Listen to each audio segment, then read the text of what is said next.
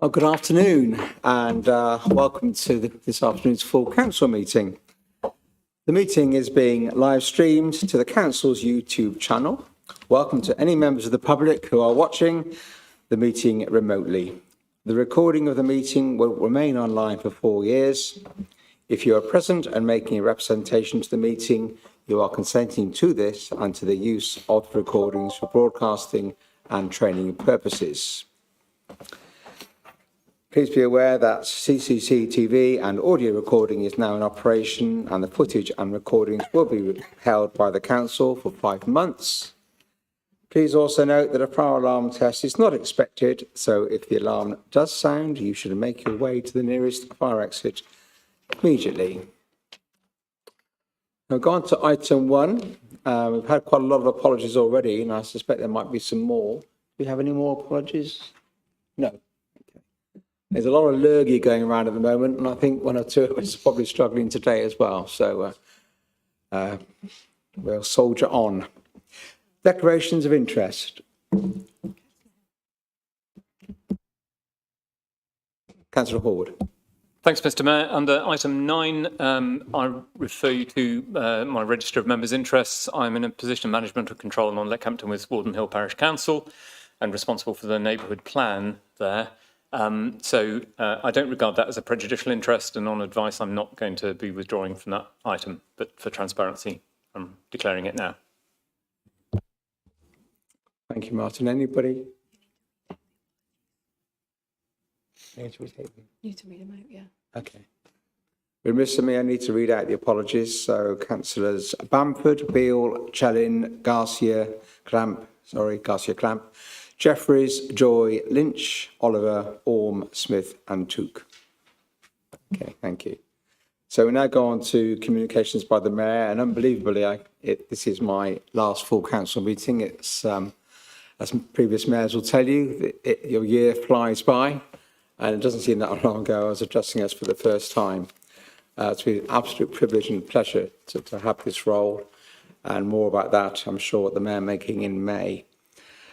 Just a few things that I've been doing in the last month, last few weeks really. I attended the Schoolhouse Cafe in St Paul's, which is an amazing facility. It took me right back because I used to live in St Paul's and got married in St Paul's and represented St Paul's. So it was great to catch up actually with people who still knew me from all those years ago. But it was a great event. Look at where they have a cafe there run by a charity called Wiggly, where they provide really low-cost meals and free meals to people. And I did enjoy some pancakes, so that was a fabulous occasion. And then another charity which I've had quite a lot of engagement with this year is the YMCA, and they held a shelter build event at the YMCA Sports Centre where local schools came in and built huts out of cardboard, and they had a great time doing it. But it was a great example of how you can portray a message by doing something practical and having fun. And I went back later for the soup kitchen event there, and then people were sleeping out in the cardboard huts that have been made by the school children. So it was a fantastic occasion. Sad that we need to be having these things, but nevertheless a really powerful story. And then I went to the park run in Pitford Park. Never been to that before. I didn't run it, I hasten to say. But each week, a charity takes on the management and the marshalling of the event. And there were nearly 700 runners there. And I think this is a similar number they get week on week. It was absolutely fabulous, a great event. It was quite scary seeing people charging around with pushchairs in front of them. I mean, the kids holding on, in death, and then dragging dogs around. I think the runners were happier than the dogs were. But it was a great event. The charity was Edemastrosis, I probably said that wrong, a charity which is a national charity. But it was a fabulous event, and I am encouraged to try and do it myself because you couldn't have a nicer place to run around than Pitfield Park. And finally, I went to the Gloucestershire Young Musician of the Year, and we all know how blessed we are as a county and as a town for culture and for music and for classical music and for talent. And the talent at this Young Musician of the Year event was amazing. There was a 10-year-old pianist, and you know what, she was just absolutely incredible. The event was won by a violinist, but I can tell the future mayor and the future deputy mayor, there's so many events which you are going to love in the year ahead. I just wanted to touch on two very sad items that people will be aware of. The passing of two prominent local members of our community. First of all, Councillor John Oates. John was a councillor, a borough councillor representing Park Ward in 1994. Lovely guy. He wasn't on the council when I was on the council, but members, I knew him socially, a really nice guy. And he was on the airport committee, and he had a passion for aviation, and therefore it's quite appropriate that someone who's got a passion for something should have the opportunity of getting involved in something which is really of real interest to them. I will invite members in a moment to talk about John, or indeed Charmian Shepherd. Now, Charmian, many of us will know, she was a county councillor for 20 years from 2000 and from 1993 to 2013, which is a hell of a stint on the county council. She had a passion for education. She was an incredible lady. And I'm just going to read out something which appeared in the local press. It said that she was heavily involved as secretary of the Cheltenham Skittle League. And they said, Charmian was our rock, glue and hub to the committee since 2000 and has guided us through difficulties and changes with public houses and clubs closing their alleys. Charmian joined the Cheltenham Skittles League committee and was asked to be assistant registration secretary for the ladies division. She then took over registration for men's and ladies divisions in 1995 until 2000 when she became league secretary. Charmian was a natural for the position as she was unflustered and tolerant, and in committee she didn't make any instant decisions. She would say, let me have a little think about that. And she always managed to collate all committee members' suggestions together and come up with a decision that suited us all, which is of a fabulous quality, I think, for anybody in a leadership or a position like that to have. She was educated locally at Norton Park Primary School and Pates Grammar School. And as I said, she was the county councillor for St Peter's for 20 years. So I will invite members who, if they'd like to make any comments about John or Charmian, just to indicate. Councillor Rowe, Councillor Willingham. Yeah. Thank you, Mayor. So my little bit of a reminiscent, I guess, over John Oates was the fact that back in 2002, I mean, I knew him before. Back in 2002, our local party persuaded me that it was about time I stood as a councillor, and I stood in Warden Hill, and I wasn't particularly, at that point in my life, that bothered whether I got elected or not. But I was absolutely told, don't worry about it, John is going to win.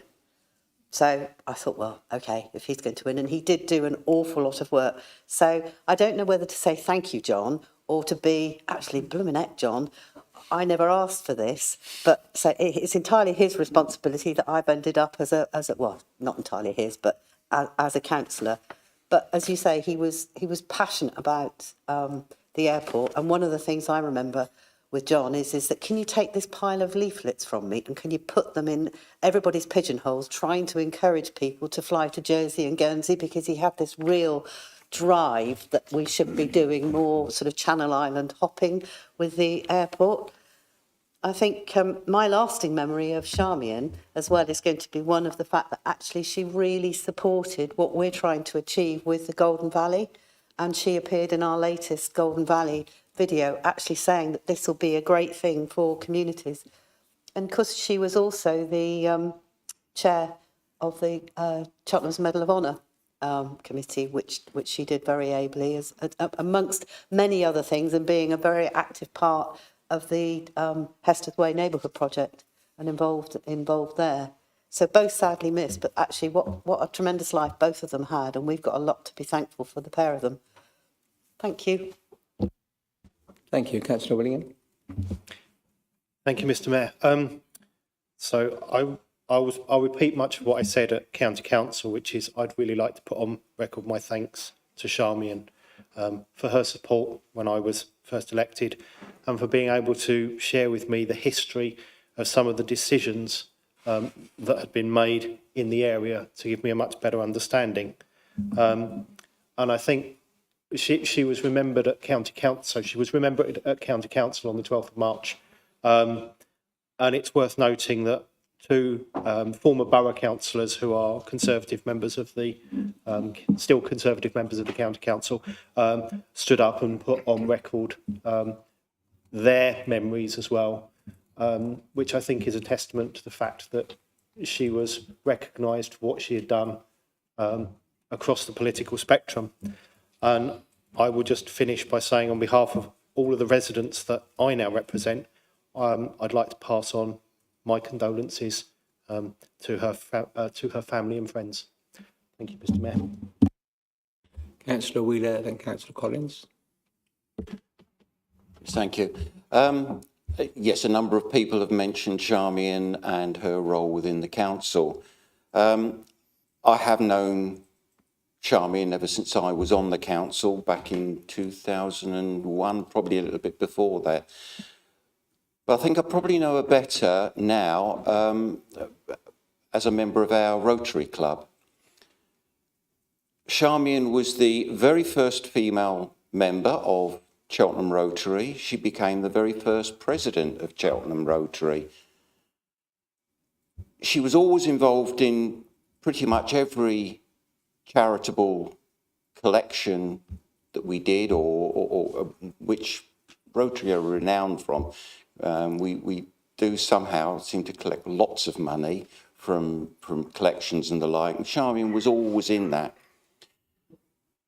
The one comment I will make about Charmian, though, is she sort of got me to join Rotary because I thought Rotary were doing good things when I was mayor. Obviously, you Mr. Mayor, have been invited along to some, and I thought, yes, that's a good club to join.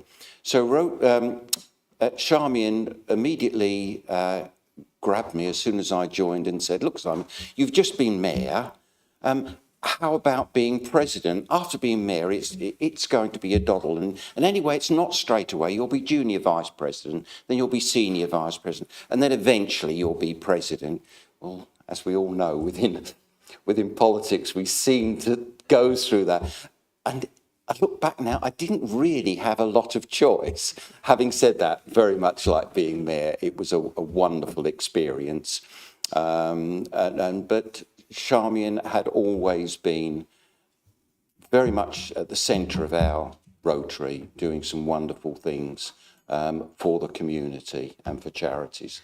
So I'm always going to think of her in those terms. Thank you. Thank you. Councillor Collins, then Councillor Atherstone, then Councillor Horwood. Yeah, thank you, Mayor.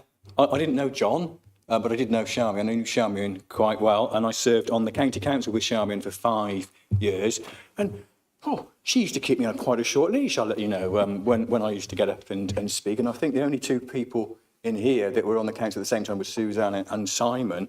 But on more than one occasion, as I was talking at the County Council, I'd look around and there would be Charmian sitting just behind me with her head in her hands going, what's she going to say now? So she was a lovely, lovely lady. And it wasn't until she sadly passed that I found out all these things, that she had her fingers in pies all over the place. So, you know, what a community champion she was. And unfortunately, they're few and far between, and she will be sadly missed. So I just think going on record to say those things about her. Thank you, Mike. Victoria? Thank you, Mr. Mayor. Yeah, I would just like to put on record also my thanks to both John and to Charmian, who were just fantastic characters in our local communities, and both of them always put a big smile on my face. But me personally, as the councillor in St Peter's, I didn't serve at the same time as Charmian, but she has been there for David and I from day one, and I'm just hugely grateful for the fantastic support she gave to us. Yeah, she is going to be and is sorely missed. And I'd also like to pass on my condolences to her friends and family. Thank you. Councillor Hord, Martin, and then Garth. Councillor Barnes. Thank you, Mr. Mayor. Yes, I'd like to pay tribute to John and to Charmian, both lovely people, and both will be missed. And they both made their contributions to the community and to local politics. Charmian, in particular, I knew first only as a Lib Dem councillor until I became elected as a Member of Parliament, when she invited me along to give a few prizes at the Cheltenham Skittles League and said it was at the town hall. And I imagined a side room with a few trophies and a modest gathering of people. It was the entire town hall crammed with people, and the entire stage was full of trophies. It took hours to present all the trophies. And it was a memorable and quite lively evening, I can say. And one of the most amazing, clearly her role as Honorary Secretary took an enormous amount of time and organisation and commitment. But she had been so modest about that I think many of us didn't even know she was involved in it. And she was such an unassuming person and such a kind person, but she did an enormous amount. And I think we will miss her very much, as will many organisations in Cheltenham, I think. Councillor Barnes. Thank you, Mr. Mayor. Much has been said about both of these two wonderful people, and I would agree with everything that's been said. I'm probably one of the few people that actually knew John as a councillor over the years, and I'd just like to pay tribute to, I mean, these people come and go, and people don't remember them, but they gave a lot to our community. John was a particularly intelligent, hard-working councillor who had a good sense of humour, but he took his role seriously. And he was missed when he went off the council. And I have to say, I enjoyed his company in those years, and he did a lot of work for Cheltenham, as did Charmian, and I knew her more on a personal basis than anything else. Two sadly missed people, and we should remember them.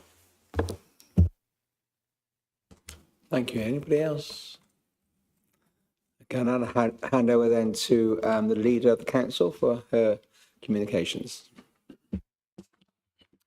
Thank you, Mayor. So, where am I going to start? My bits I've already done. As an authority, I'd like to say that, you know, we welcome the willing dialogue that the County Council has engaged with us on, but I'm also aware that there has been a lot of public concern regarding the County Council's plans to replace a section of paving on the promenade with the buff-coloured tarmac style surface, particularly in light of some problems with the quality of the work in the Strand that many of us are aware of. Whilst we are not the responsible authority and cannot make the decision on this, I will be writing to the leader of the County Council to actually just ask them to pause their plan, to rethink and engage more widely before any final decision is made.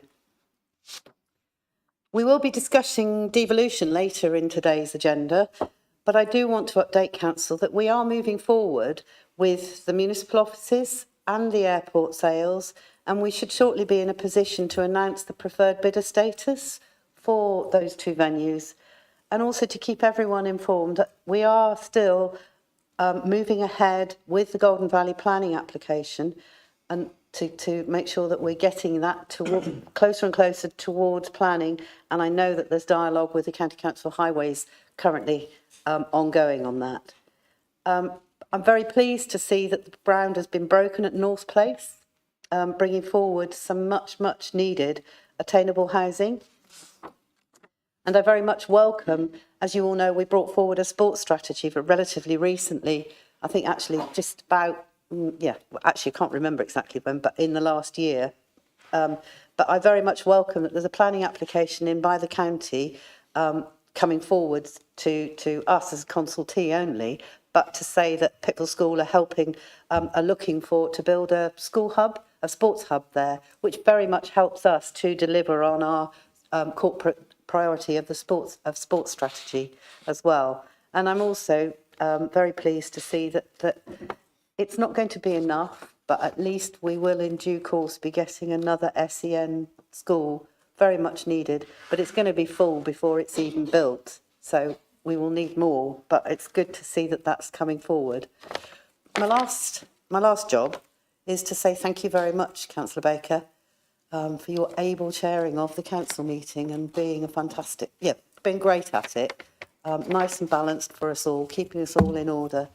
And then you'll have a well-earned rest, maybe. Thank you. So now move on to petitions, of which there are none, public questions, of which there are none, and member questions, of which there are none. So let's crack on. Item 9, which is the Neighbourhood Planning Protocol. I'll invite the Cabinet Member for Planning and Building Control, Councillor Mike Collins, to introduce the report. Thank you, Mayor. That was a very nice introduction. Thank you for that. Although this is an extremely important document, I do feel a bit like the warm-up act today because I imagine most of you will want to hear about our capital investment treasury management strategies ahead of the devolution and local government reorganisation updates, but I will do my best to pique your interest. As you can see from the recommendations in the report, you are being asked to adopt this protocol and delegate authority to make any minor changes, correcting things like spelling in grammar or anything else that's really small, things like that, and also to update the Constitution if that is required, and you're delegating that to one of our officers. Tracy Birkinshaw is at the back to support me today, and myself, in consultation with myself. Of course, along with any future amendments that may come along in line with government guidance. All this is done to ensure that the document remains fit for purpose. This council does have a statutory duty to support this protocol in line with a number of government acts. It is, of course, in line with our corporate plan priorities. Our current Neighbourhood Development Plan Protocol dates all the way back to 2015, so it is definitely time to give it an update and ensure it remains fit for purpose. This council always supports local community groups and parish councils in creating their own neighbourhood plans, so it's really important that this protocol remains up to date. As such, it is a live document, and it will be reviewed on a regular basis, and if any changes need to be made, then we will make it on your behalf. The guidance includes a number of key stages that are set out in the document. There's a table on at 3.6, which sets out those stages, and it shows the level of sign-off that is required to be able to take it forward. The report also outlines the tracked changes that are required to the Constitution, and it contains the Neighbourhood Planning Protocol document itself, which is quite short. It's probably shorter than this introduction, but anyway. In this report, I ask you for your support, and if you do have any questions, we will do our best to answer them. And the joke I always use is what I mean when I say that is that Tracy will answer any questions if you have them. Okay, but thank you very much, and the floor is over to you. Thank you, Councillor Collins. Any questions? No. Oh, sorry, Councillor Willingham. Just one as a sort of adjunct, really, which is how do we get more communities to try and actually get into this? I know there's supposed to be support from government once you're doing that, but actually in some areas, trying to find those 21 people, I think it's 21 people, is that right? That's actually really difficult. And it's going to mean that the areas that are already have good volunteer networks and well-resourced can probably go ahead with this much easier than areas where people have got more on their mind, like how they're going to keep their houses warm, how they're going to feed their kids, how they're going to clothe their kids, those sorts of things. So how do we get this to the areas that are difficult to reach?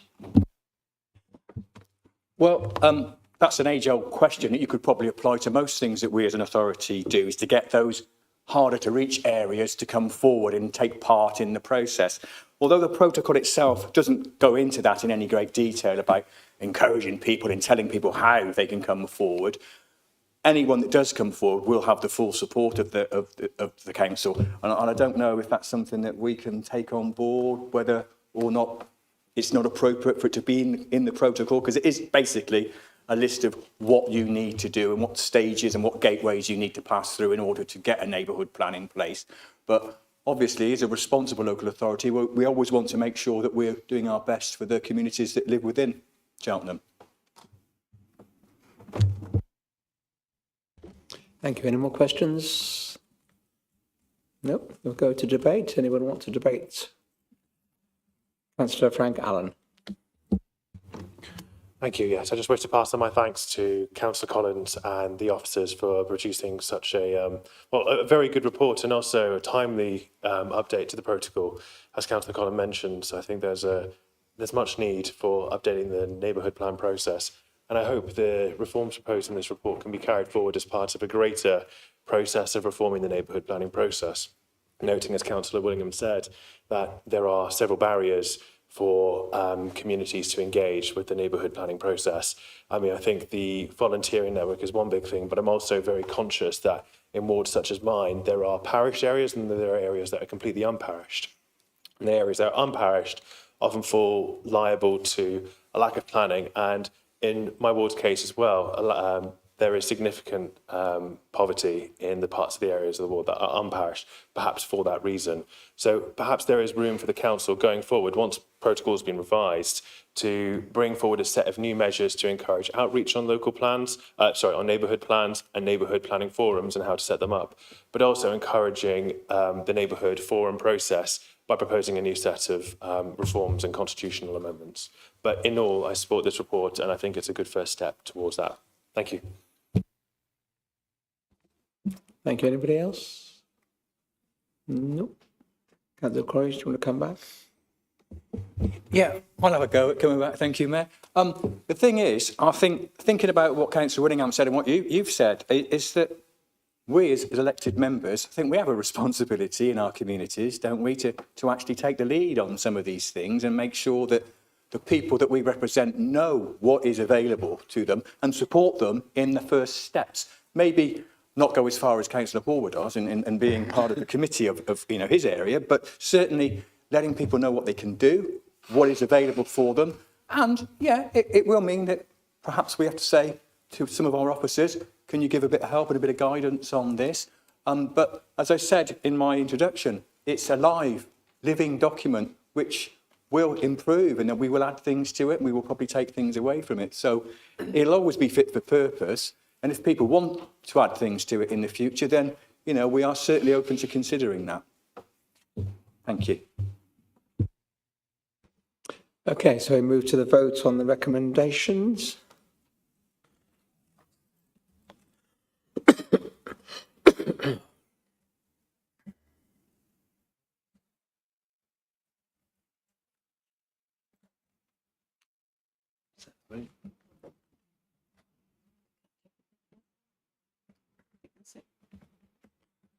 Well done.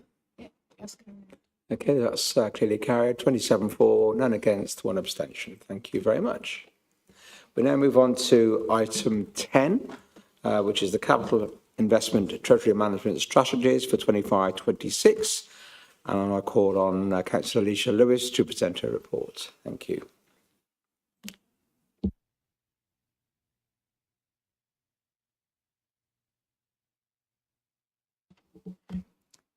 Thank you, Mr. Mayor, and thank you, colleagues and friends. Earlier on this year, we all collectively, unanimously, backed the budget. It was a multi-million-pound strategy to deliver the very best in public services, homes and neighbourhoods for the people of Cheltenham. But like every good budget, you can't spend it if you don't make it. So our capital investment and treasury management strategies, it's a bit of a mouthful, there's a whole lot of documents in there, but they set out how we manage our money, how we spend it wisely, and how we ensure a safe but secure return on the funds that taxpayers in Cheltenham entrust to us. There's a lot to take in, and especially in a meeting where there is possibly a more interesting agenda item, if you might think that. I love this report. But some others may have been somewhat more interested in the final agenda item of this meeting, so you may not have had the chance to read it all. I nonetheless suggest it make a fantastic bit of weekend reading, because it has the real heart and soul of the way this council manages its money and the way this council manages its services runs through it from top to bottom. If you haven't read it, it absolutely guides every decision we will then make next, and at times some of the decisions we can't make. But it is a very, very important document.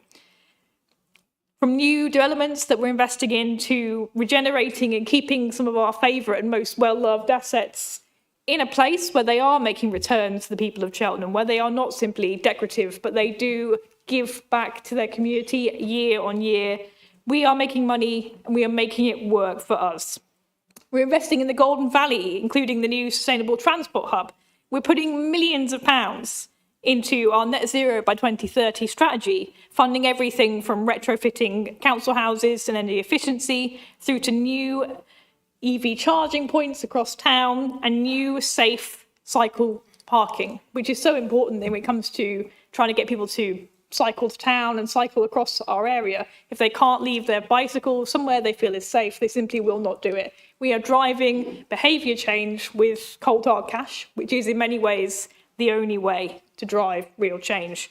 Our housing capital programme includes £104.7 million of approved investment between 24-25 and 28-29. That's for new build projects and acquisition projects to increase the supply of social and affordable rental housing here in Cheltenham. That is an eye-watering number. I actually checked when this report first came through to check it was the right number.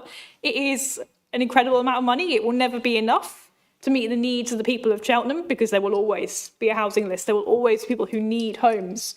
But let it not be said that we are not chipping away at it to the very best of our ability, and that we use every penny within that HRA as wisely as we possibly can to deliver those houses.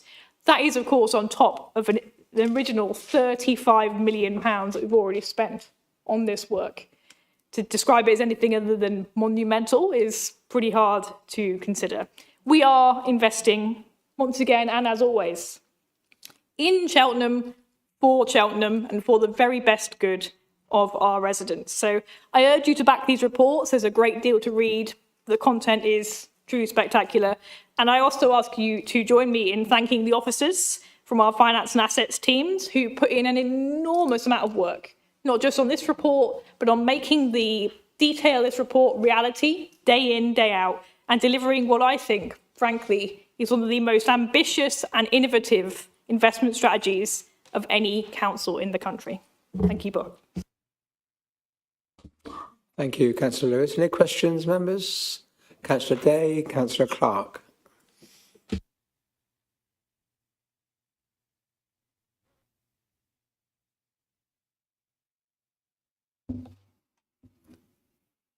Thank you.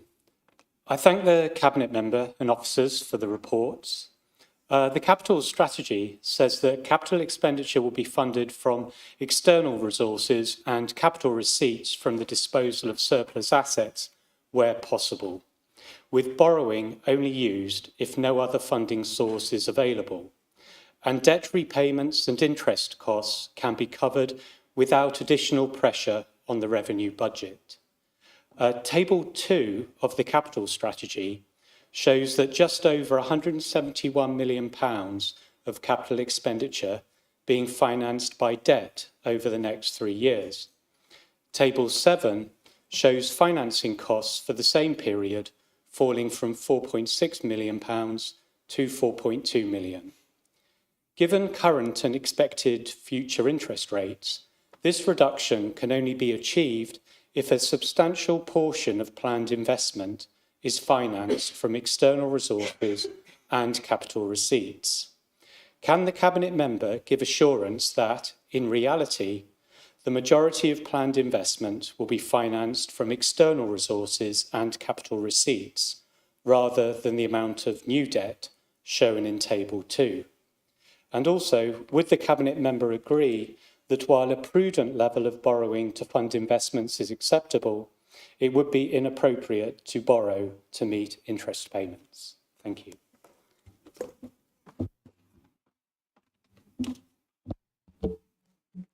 I thank Chris for his question, and I think to start with, I will stand firmly behind the decades of experience and expertise that our finance team have at this council. I do believe ultimately that we have one of the finest teams in the country and that they run an exceptionally tight ship when it comes to our plans for investment. But one thing I think we're all very aware of is that there are some substantial assets within our portfolio, like this beautiful building and the airport, which are on the market, which in itself brings with it uncertainties about what those returns might be, though I'm certainly looking for a high number. That's my favourite kind of number when it comes to investments.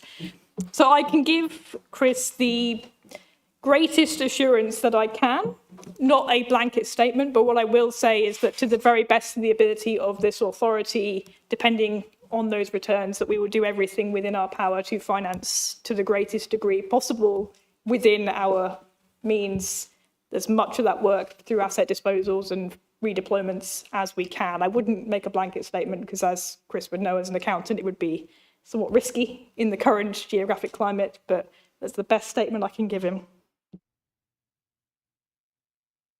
Thank you. Councillor Clark. Thank you, the very fabulous Cabinet Member Lewis, for your report. I'd like to agree with you that the finance team of Cheltenham Borough Council is something I'm enormously proud of. We stand head and shoulders above many other councils that have found themselves in difficulty, and I tell people all the time how wonderful you are. But for the public record, I would ask the Cabinet Member, would you care to share with us what percentage of Cheltenham Council tax goes to Gloucestershire County Council? Because I, like many of my colleagues, have had an inbox full of complaints about the tarmac going down in the town, over which we have no control whatsoever. So I'd like them to know how much of their money, the proportion, is going to Gloucestershire County Council, and with whom it seems it can't be trusted.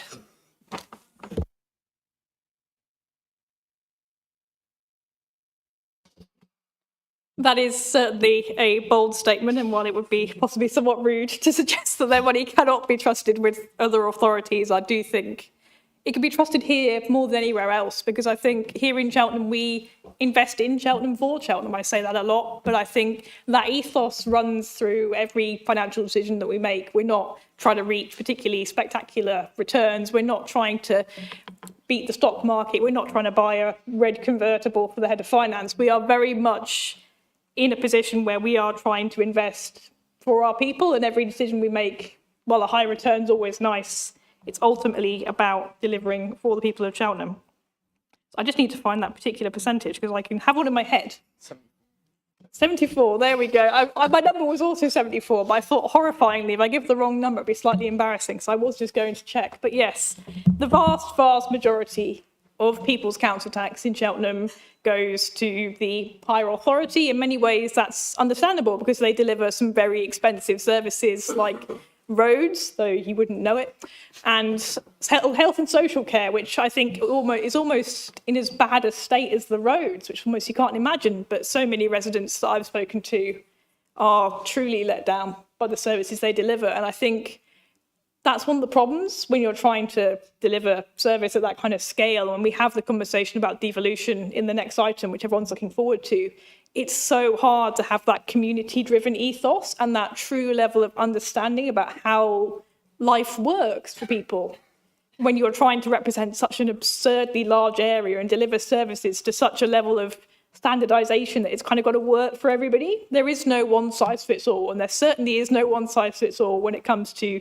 the things that matter, like social care. Every individual, it's their life, and you have to really have that community connection in the way that we do here in Cheltenham, that we know when we invest in properties and when we invest in high street assets, we know the returns we're going to get. We understand the market. We know the benefits that we can deliver for people in Cheltenham because we know Cheltenham. It's so much harder at such a larger scale to really know at that level, and that possibly is partially where some of the money goes. The rest is, I wouldn't say. Thank you. Any other members with questions? Or sorry, Councillor Williams, sorry. Thank you, Mr. Mayor. I just wanted to ask something about the ESG, so the environmental, social and governance policies on the Treasury management. We've obviously got net zero and looking at climate change in there, but based on the experience that I've had over the years in licensing, where we seem to license a lot of things that might be subject to what would be described as sin taxes, I wonder what we're doing through ESG to try and tackle the worst excesses of just extreme capitalism in the way that it really, really can detrimentally affect people. So you look at the tobacco industry. Big Tobacco has known for decades that the product it sells kills its customers. Irresponsible gambling companies, rather than letting people have a little flutter, which is perfect. You know, if it's managed, it's fine. But there are companies with things like the fixed odds betting terminals where they had £100 a go that would literally bankrupt people and put them into huge amounts of debt. You can look at the alcohol industry as well, and how that's marketed to try and, so what are we doing with ESG to try and look at those things that have huge potential public health impacts on the people that we represent? I mean, I thank the Deputy Mayor for his question, and I deeply understand some of the concerns that are being raised there, particularly around fixed odd betting. It can be truly devastating to people's lives, and it's so frustrating to me that central government, who are ultimately the ones responsible for being able to keep people out of these really quite predatory sort of debt management structures, it can be really quite devastating. And I think the ethos that we take at Cheltenham Borough Council is that we're investing in Cheltenham for Cheltenham. I know it's become a bit of a strap line, but I think all of our investment decisions very much align with that, particularly our ESG work around climate, because ultimately you can't get much done on a dead planet. So there is a great deal of investment that we make for Cheltenham with that in mind, investing in the very best of our future. I'm happy to take those particular matters away, but to my knowledge, I don't believe we have any investments in such companies. Thank you. Any more questions? No, we can go into debate. Councillor Rowena Hay. Thank you, Mayor. It's interesting listening to people's questions and comments. And one of the, outside of being here as a councillor, I do go and do peer reviews on other authorities as a critical friend. And it's really interesting, the whole ethos, if you like, and the comparison that you can see in other authorities to that of borrowing. And, you know, this whole bit about devolution now as well is that there's the argy-bargy of what's going to happen when some councils are in massive debt and others have no debt. And whilst in the real world, I mean, I guess for those of us that own homes, we have a mortgage, unless, you know, you are very lucky and don't have a mortgage. But majority of us will have mortgages, which, so we all have a debt, however small or big it might be. But and if we are so risk averse, which some authorities are, in the idea that they will borrow to regenerate, to deliver things. So if you can borrow at a reasonable rate and your authority's swimming pool is falling down, why would you not borrow to do that? But there are authorities that just say, no, we won't spend any money until we've got the money in the bank to do that. That's all very laudable, but actually at the end of the day, that means that your residents are not benefiting from investment and regeneration in those areas. So whilst I'm sure we'd all really rather not borrow, we do need to borrow to regenerate and invest in our communities and our town. It is a hard call, but actually I think on balance, compared to some of the other authorities that I see, as I say, going around and doing the peer reviews, we're very good at that. We manage our debt ratio really well. I mean, we are particularly lucky that we do have some very highly valuable assets, which does help us. But we still don't, which we'd never part with. I'm not suggesting we would. hopefully that wouldn't, I would never pass it being one of our asset strategies to dispose of, but there you go. But borrowing is an important part of what we do, and doing it prudently and carefully is more important as well. Thank you, Mayor. Councillor Clucas. Thank you, Mr. Mayor. Can I thank the officers and the Cabinet member for this report, which I think is a really good piece of work. And I'm going to be dead cheeky. I'm going to steal a piece of it. And the piece is paragraph 2.3, which I'm going to read because I think it's important. The capital investments outlined in this document are the beginning of our approach to shaping and reprioritising for Cheltenham. To drive longer-term economic recovery in the town will take a fully integrated whole council approach focused on strategic outcomes with an understanding of place, commerciality, regeneration, and our overarching contribution to climate change.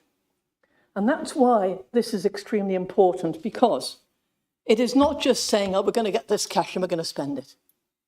It's going to look at need. It's going to look at what we can do for our communities. It's going to provide new homes. And by jingo, we need them because we've got in excess of 2,000 people on our waiting list. And we will be able to do that over the next year, year and a half, 2 years, and the build will commence. And I can think of some of the communities, which you will all know them, with which we integrate. And the potential for older people to have an affordable home in which they can live, where they're not constantly having to pay to heat rooms they're not using. And I'm thinking of young people with families, where we don't have enough homes for those young people with families to go into a house or a flat where they can have enough bedrooms. There simply aren't enough of them. We are changing that. And we are going to make sure that the build that we do will address the needs of our communities, the needs of our residents, the needs of our people, and the needs of our economy. Because without people to back our economy, the economy will not grow in the way that we wish. And I'd like to say again, thank you to the Cabinet member for the work she's done, and to the officers. And I want to say what's been said here a few minutes ago. I think we have probably the finest finance team in the country, because they get it, they understand it, they work towards it, they know what to do and how, and by jingo, what a difference that makes. So, ladies and gentlemen, colleagues, I support this, and I want to see it work, I want to see it grow, I want to see it make the difference that I believe it can make for all of our residents, wherever they live. Thank you for your attention. Thank you. I just want to say a few comments. First of all, to endorse everything that's been said about our finance team. They are the bee's knees. But I think as a council, we are blessed with fantastic staff across the board. So thank you to everybody involved in that. And I think the big thing about our strategy is that, as Alicia said, we are investing in our town. Not like so many authorities up and down the country who invested outside of their town, which I never ever got. You know, we invested in buying Sainsbury's, we invested in buying Edinburgh House, we've invested in industrial units, all in our town. And it makes the greatest sense. But the biggest investment we're making for me is in affordable and social housing. You know, and we really have got to put our foot down on the pedal, because I think we've been a bit slow in the last couple of years. And I really think we need to start delivering those projects. And I think we are. Monkscroft, I think, is ready to go very, very soon. Swindon Road, very, very soon. And obviously, with all the applications to the west of Cheltenham, we're going to be getting a substantial amount of affordable housing. You know, and so therefore, you can't just sit back and relax and be complacent. You do have to take risks, but you have to take sensible risks. And I think we've, you know, for me, whilst I accept the question from Councillor Day, I think I am very, very confident and very, very relaxed about the project that we have, because I can see we're going to be investing in our people, we'll be building property, which is an asset and will generate returns, whether it's council tax, whether it's rents. It's a really great policy. And I think we are out there, I think, as one of the best authorities in the country in investing in our town and in our future. Thank you. Does anybody else want to contribute? So back to Councillor Lewis. I mean, I'll start firstly by thanking the Mayor for the comments he's just made. I think life is always about risk, and for us as an authority, we are taking risks in the field about which we know more than anybody else. We know more about Cheltenham, its residents, and what the future needs to look like for Cheltenham, what investments we can make that both make us money and make people's lives better than anybody else in the country. As much as we are taking risks, we are taking the very best risks available to us, and well over a decade, we have clearly seen that this strategy not only works, but it sets us above just about every other council in the county, many in the country, while councils across this country who have been too cautious, who have been incapable of taking and seizing opportunity, are now living with the challenges that has brought them, and not just as councils, as councillors, but as residents who now don't have leisure centres, who now don't have community centres, who now can't get affordable homes. If we don't take the risk, the future generations will most certainly resent us for it. So I think this is a strategy, as many councillors have said, that gives us opportunities and that gets it right on the things that really matter. I also thank the leader for her contributions to this particularly, because it's in many ways hers to be thanked for. The immense amount of commerciality this council takes forward, the approach that we take to operate with, a reasonable amount of risk, but very much about investing for our town and not just sitting on our money and hoping that it will get a good return in interest. That commercial strategy absolutely came from the work of the leader when she was in this post. And so I'm quite relieved at times when she looks at what we're still doing and says, this is in the spirit of what we did and how we've got to this fantastic point financially. So I do thank everyone who made contributions in this debate and hope that we all back this report. Thank you. So if we can go to the vote on the report.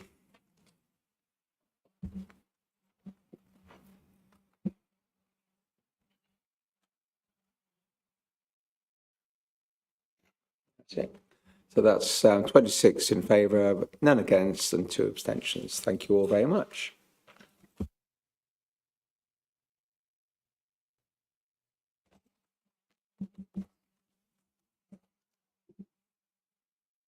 So now we go on to item 11, which is the devolution and local government reorganisation report of Councillor Hay. Thank you, Mayor. So I have to, I mean, I chuckle, but it's nothing to chuckle about really. But it does feel really rather odd to be introducing a report that proposes the abolition of our proud and successful council that has existed for just over 50 years. However, it is the government's decision through their white paper that all remaining 2-tier local authorities areas, of which we are one, must become unitary councils.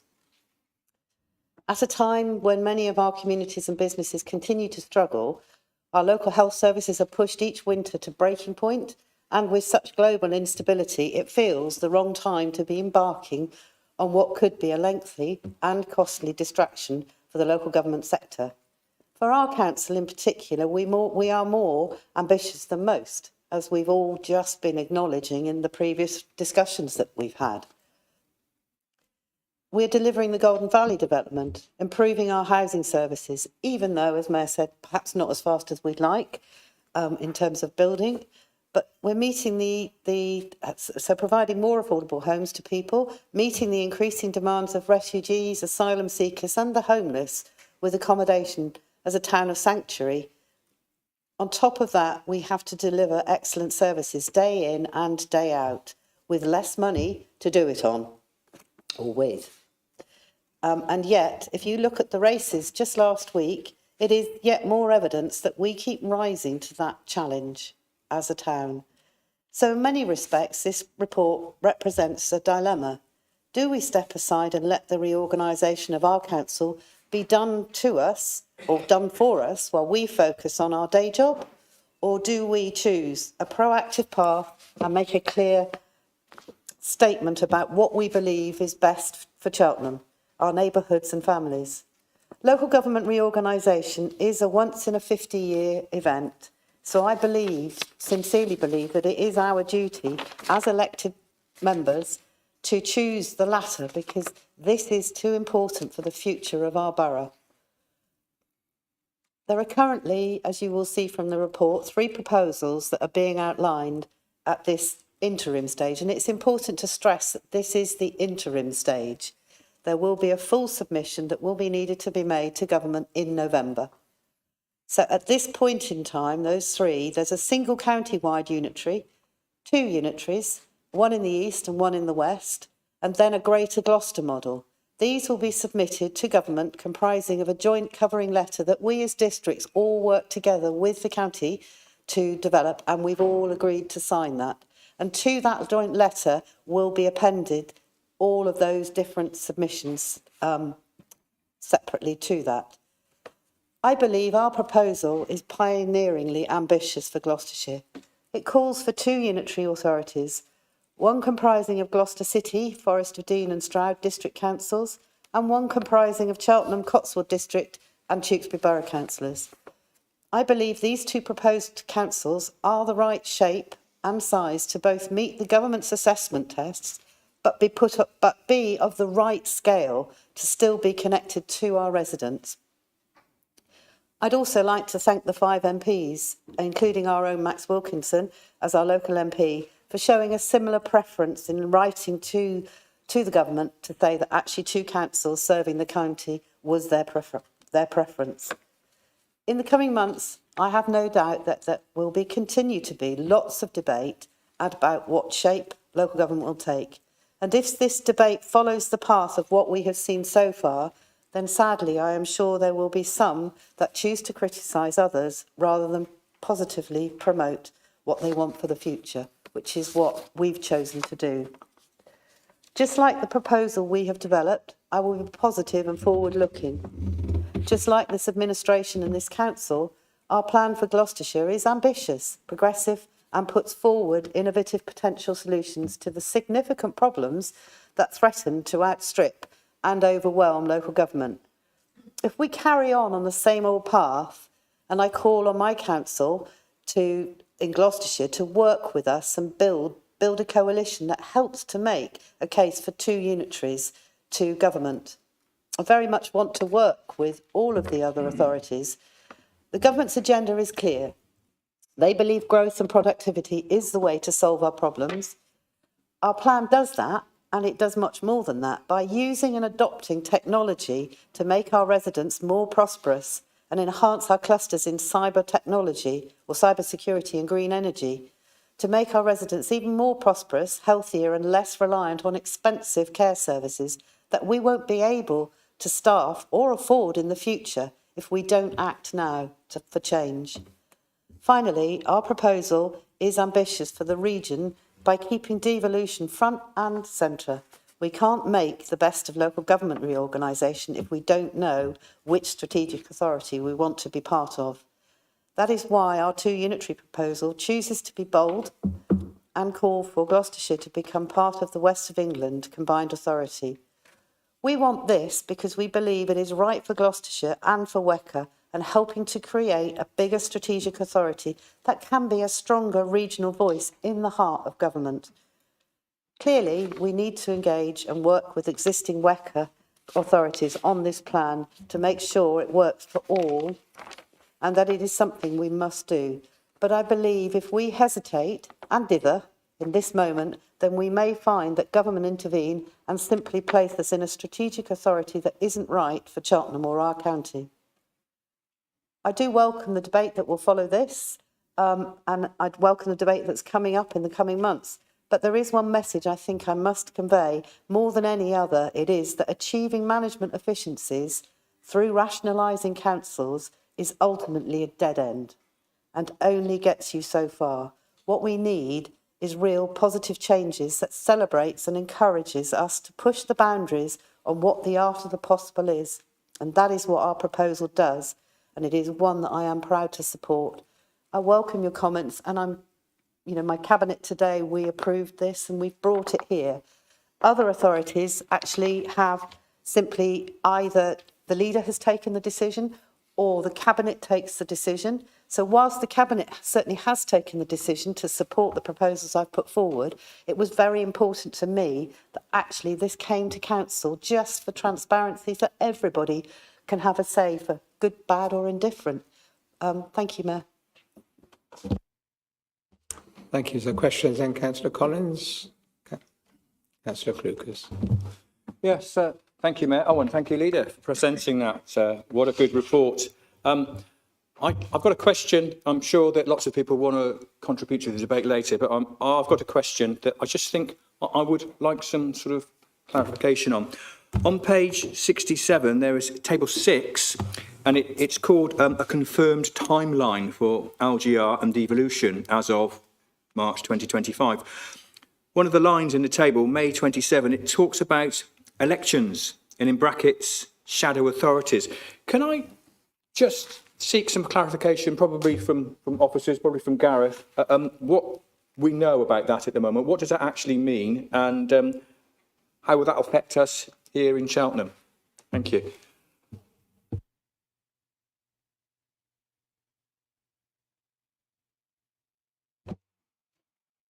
Thank you, Councillor. So just in terms of a timeline, I'm basing this off what has been implemented in other local government reorganisations. So if we use sort of the last round that would include Cumbria, so if we apply it to this time scale upcoming, it'll give you a flavour of where we would most likely head on this journey.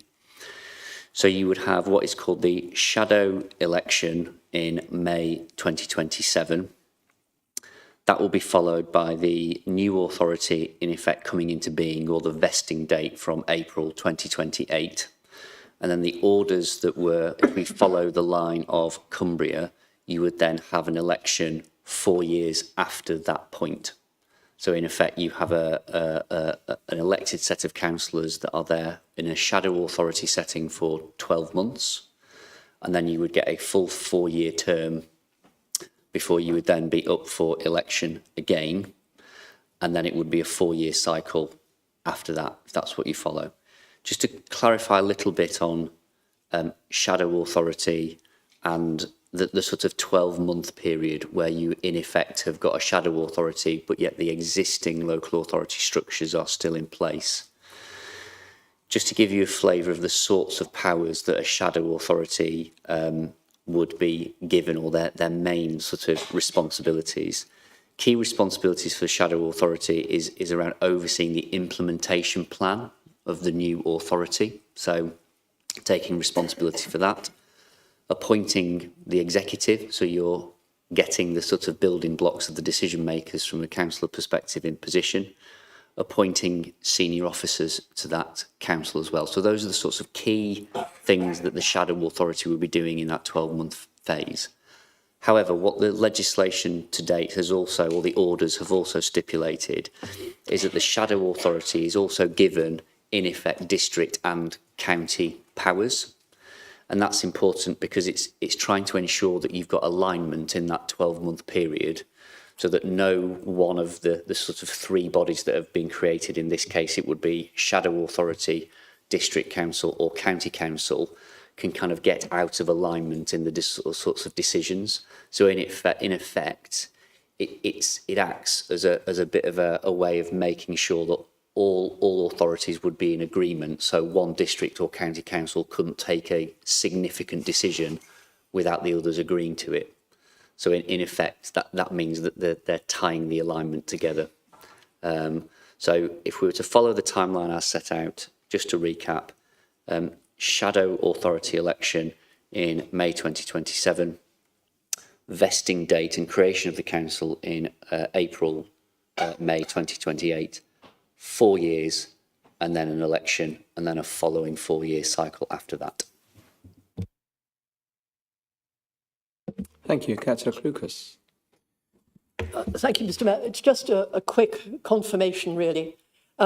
Reading through the document, there are a number of consultees to this in the first stage. what I would like to confirm is that in subsequent stages, others will be able to put their views forward, for example, our schools organisations in Cheltenham in relation to what is going to happen. So they will be able to do that, but at later stages. Is that correct? I'll pick that one up, Councillor Clucas, because actually, you know, the list that's in there is not exhaustive. It's a little bit surprising to me, actually, that the list, which is directly lifted from the government white paper, doesn't actually include the unions, which, you know, is a pretty obvious one. As a Labour run authority, you'd expect that to be in there. So, but the next phase that we're going to go through is going to be about who we consult with. And given that actually, you know, you talk about education, you talk about, in particular, the senior schools and the top end of junior schools, it's their future. Why wouldn't we engage with them? Thank you, Councillor Davies. Thank you, Mayor, and thank you, Leader. You actually already answered one of my questions about trade unions and involving them in the list of consultees, so thank you for that. The other question I had was around the recommendations of this report and who was commissioned to write it and how much it costs to have it commissioned. Thank you.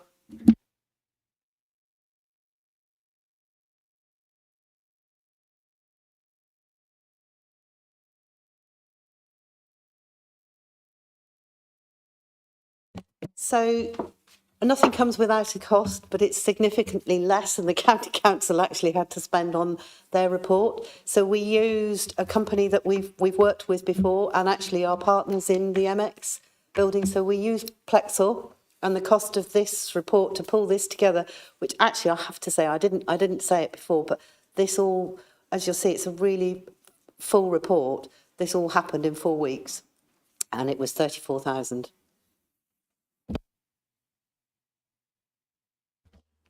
Thank you. Can I ask, there's not a lot in the report about parish councils, and can I therefore assume that that's because that's for another day, or can I assume that however we go forward, there will automatically be parish councils or not? Because I think we would all be here, I would think, want to have a very strong Cheltenham Town Council, given our love of our parks and so on. So can I take it as read that wherever we go forward, we will have a Cheltenham Town Council? And when would we sort of approve that, and when will we agree the powers to that?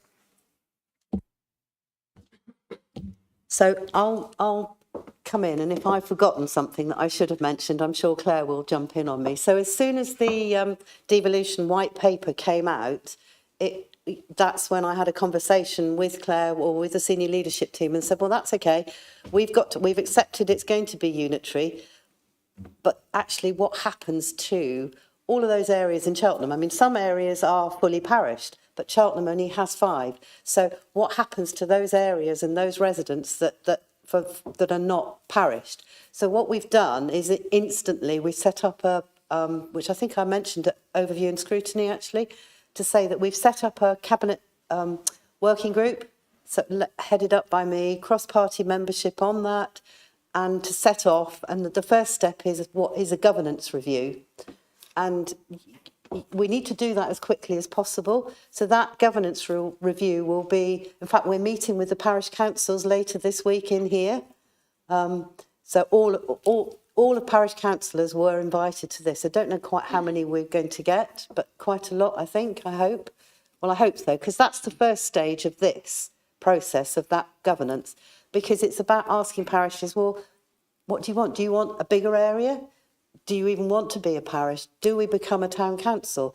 Do we absorb parish councils? I'm not sure that why you would want to do that, because we've got some very effective parish councils. And if anything, what we need to do is build up those that are not as strong to be stronger. So, and, you know, do we have a town council? Some areas actually have area forums rather than town councils. There are effective town councils and there are more ineffective town councils. So it all depends on what we decide as a collective that is best for us. So the timelines on that are going to be that, you know, running alongside this devolution programme, the idea is that we will have a decision by March, April next year of what we're going to be. Well, that would be what I'd call, I don't want to use investing day, but that would be, I think, a decision that would have been made, we'd have reached before then to get to that point as to what we do. But that's going to involve a lot of consultation, but not forgetting the fact that, you know, again, parish councils, and not just parish councils, but we've got some very active residents associations as well in Cheltenham. And, you know, we need to be talking to those or involving them in a level. So it's sort of separate but parallel to the devolution and unitary bit. But it's absolutely critical that we do that so that those that don't have parishes are not left with nothing. I hope that answers that. It does, thank you. Councillor Willingham. Thank you, Mr. Mayor.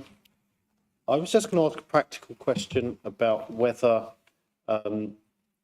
when this if they go for 2 unitary, there will be an opportunity to sort of look at tweaking the boundaries, possibly learning from issues that may have occurred elsewhere.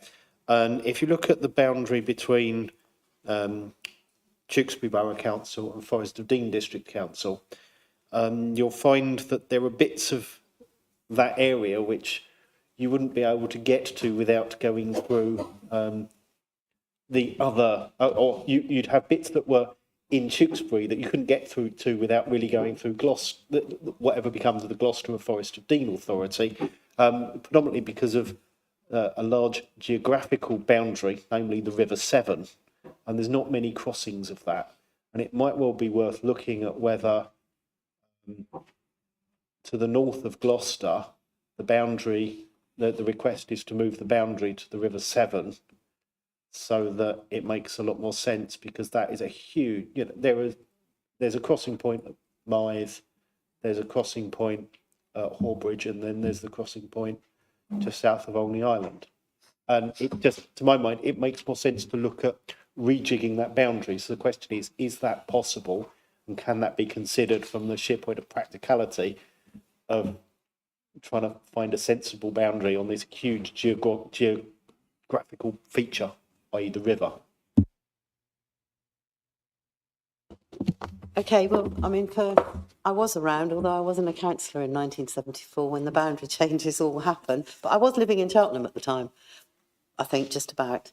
And there was a debacle, really, that happened in 1974 when they set up those boundaries.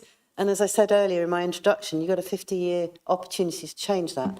But also within the white paper, the government have not been entirely clear about it. What we are clear about, what we are clear in, is that that was included in this paper, I think there's a full recognition that we need to do that. There are parts of Gloucester, and that goes back to identity, doesn't it, Councillor Willingham, is that, you know, we don't identify with West or East Gloucestershire. If you live in Longlevens or you live in Brockworth, we live in Gloucester. It's that, you know, you either have Brockworth, but where you go is probably, you identify more with Gloucester. So we do need to look at those boundaries, but not from the point of view of this submission.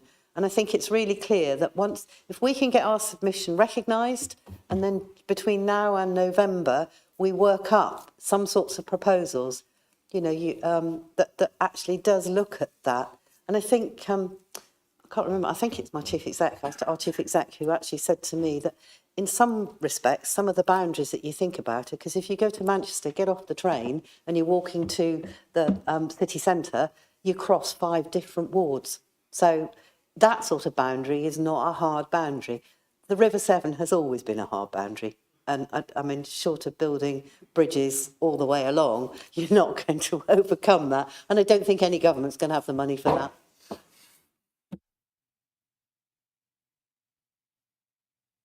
Thank you. Any more questions?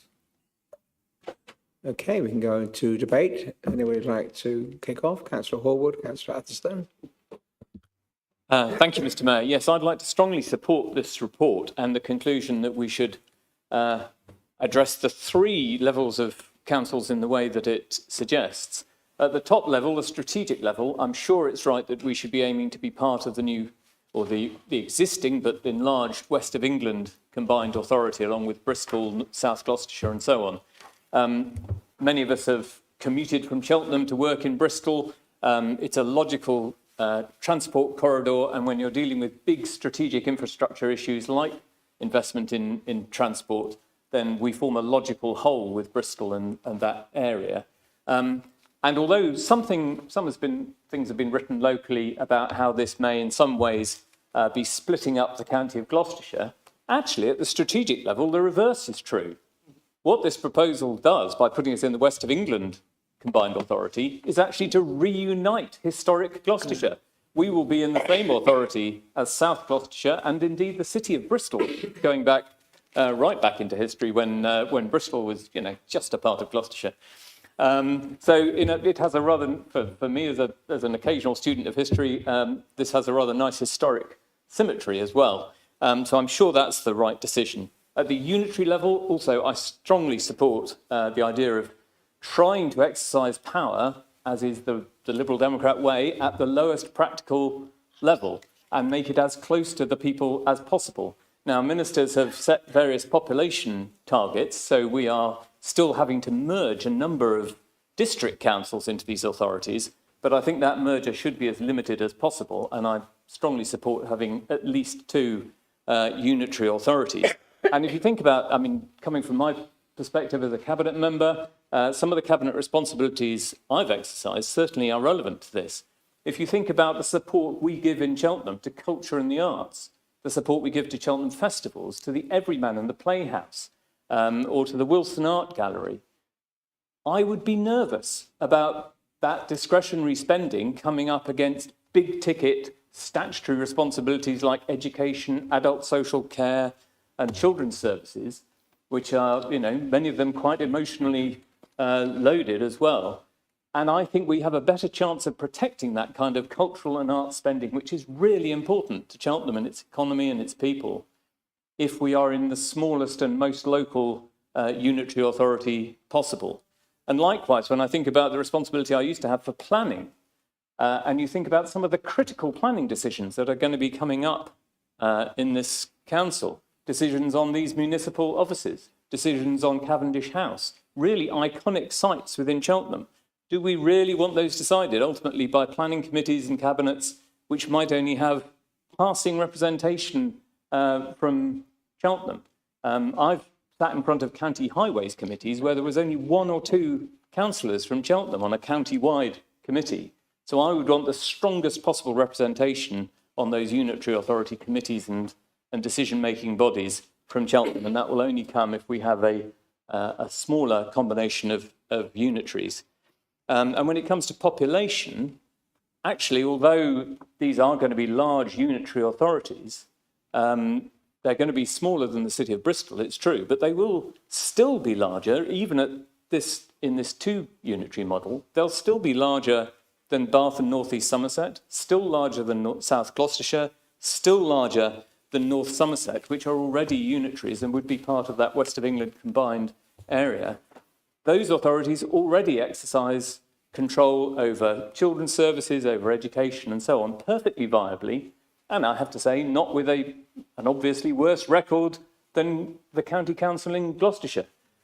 Big is not always better, and that's a very important aspect of, or article of faith, it seems to me, for Liberal Democrats, and indeed I would suspect for Green Party members as well. So I hope this council can absolutely unite about that idea. And Mr. Mayor, you mentioned parish councils as well. And there are references to the parish and town council and community council level in this report, because it says that there is the opportunity to reinvent that level, not to abolish the existing parish councils, which I'd be surprised if I was supporting that, because I'm a passionate supporter of Leckhampton with Warden Hill Parish Council and an enthusiastic member of it. But actually to look at the unparished areas, both of Cheltenham and Gloucester, and see if that kind of strong community neighbourhood-based representation, bringing forward things like neighbourhood plans, having a really local voice on planning decisions, couldn't be exercised even more than it is at the moment and reach out to those unparished areas. And I think that is a real opportunity, and a real opportunity to look at even more devolution and even more neighbourhood-based decision-making, even closer to local people.